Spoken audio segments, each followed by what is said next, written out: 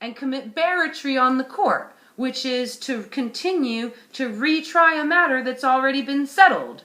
So I accept your offer to continue to stultify the creditor and commit barratry on the court upon proof of claim that you are not now in violation of my right to contract and your oath of office, and the fee is $100,000 overdoing and knowing immediately. What if I do another conditional acceptance? I'm going to be in contempt of court? I conditionally accept your offer that you can convert my remedy into a crime upon proof of claim that you are not in violation of my right to contract and your oath of office, and the fee is $100,000, by the way, overdoing and owing immediately. I take cash, check, or money order. Payable to Crystal Mullins. Thank you. One question or one statement for you.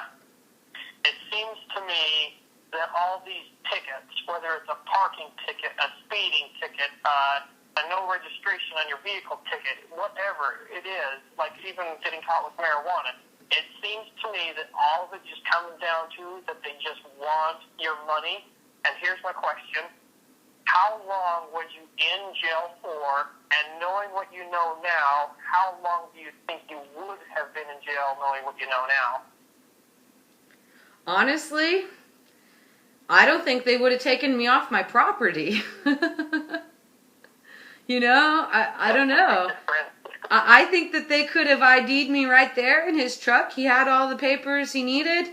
You know, if I had done everything entirely correctly, you know, maybe he was kind of a young cop, but if I had done everything correctly and the cop was educated in the law, there would have been no reason for me to be removed from my property. It would have been taken care of right there, and they would have just left. Excuse me? They would have just left. It would have all been settled right there. They would have served me with the warrant. I would have said this bill's been paid, and they would have said, okay, thank you, have a nice day. This bill's been paid. You know, knowing what I know today, that's what I would have done. I would have been like, what are you talking about? This bill's been paid. You want me to pay it again? Sure, why not? I'm a creditor. I got unlimited credit. I don't mind paying a bill more than once when it's being set off to that account. Crystal. Yeah. Let me interject, please. You know, what you should have done is if you already set off the case and they came to your property you're on there, and they said, are you Crystal Mullins, right? That was the first thing they said? Mm-hmm. What was your response? I said, I conditionally accept your offer that I am Crystal Mullins upon presentation of the original charging or accusatory instrument for my inspection. And he said, okay, I got a copy. And he went to his car and he got a copy. But before they showed me the copy, I was handcuffed. They handcuffed me. Why wouldn't you say, what does this matter? And the bottom line, folks, is she didn't acknowledge maybe she didn't do everything 100% correctly. And she still wasn't extradited to Tennessee. Because this stuff works. A4V works. Contract law works. But you got to know, boys and girls, not to just have your secured party credit or paperwork filed. You have to know how to, it's not just memorizing a few lines, it's actually the whole concepts, like, not what they say, it's what they do, right? Everything is an offer, right? When the guy said, you're going to be in here for 3 months, you got to know he's lying to you. That's just an offer. That's right. You remain silent, you've accepted his offer. Mm-hmm. You have to conditionally accept to renegotiate his offer. And for those of you that are new to conditional acceptance, you can look at it on our website or you can Google it. But my way that I would respond is I would say, what does this matter regarding? Because if they're coming for the matter that you've set off, well, then I conditionally accept your offer that this matter is not already set off, settled, and closed. If they're coming for a different matter, well, show me any other genuine or original charging or accusatory instruments for my inspection so that I may bring resolution to that matter.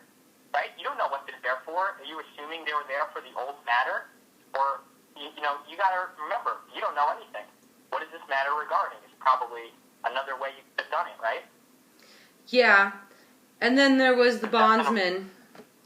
I didn't mention the bondsman. The bondsman was after me for a while because I forgot to set off that debt or something. So you have to pay your bondsman. If you bond out through a public bond, you have to send the bondsman a private bond. And here's the thing, Matt. a lot of people don't get extradited from California. Like, if you have pot charges anywhere in the country, go to California. You're safe there. They're not going to extradite you. So, if y'all are looking at charges, get to California. You're safe. Go where it's legal, man. Why are you even on the East Coast if you don't know your rights and you want to smoke?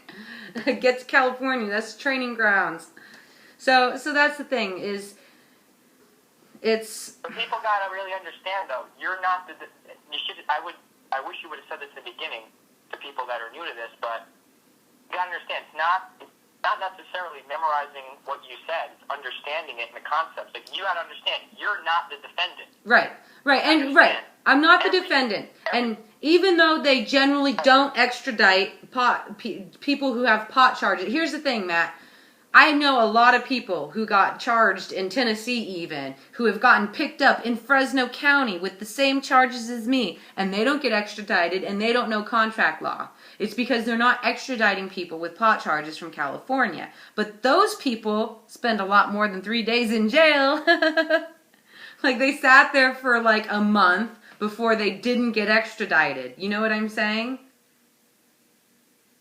Does that make sense to you?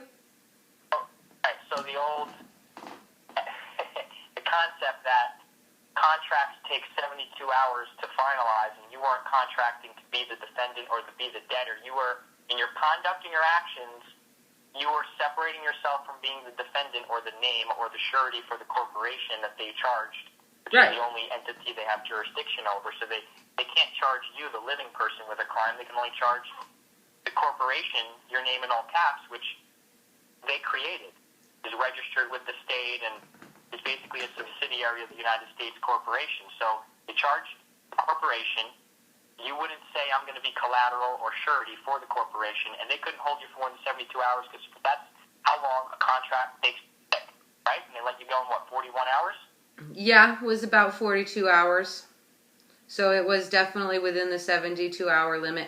And, you know, they couldn't see me in their court either. I thought that was interesting, that I spent like a total of 30 seconds in court where they told me to go sit in a chair and sign a paper. And when I wouldn't do either without putting a conditional acceptance on it, they threw me back into the cell, and I never saw the inside of a courtroom again. Isn't it interesting how they have all of this smoke and mirrors, just intimidation? It's like a chihuahua. No, it's not interesting at all. It makes sense. But no bite.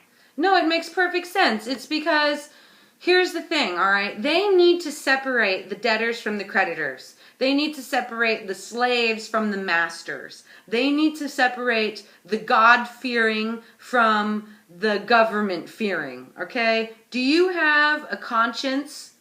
Do you believe in God and that God is in control and that God is going to hold that judge to his laws if that judge doesn't recognize the laws that we have made him enforce? So they know whether or not you believe in a higher power by the way you act when they tell you that they're going to violate you.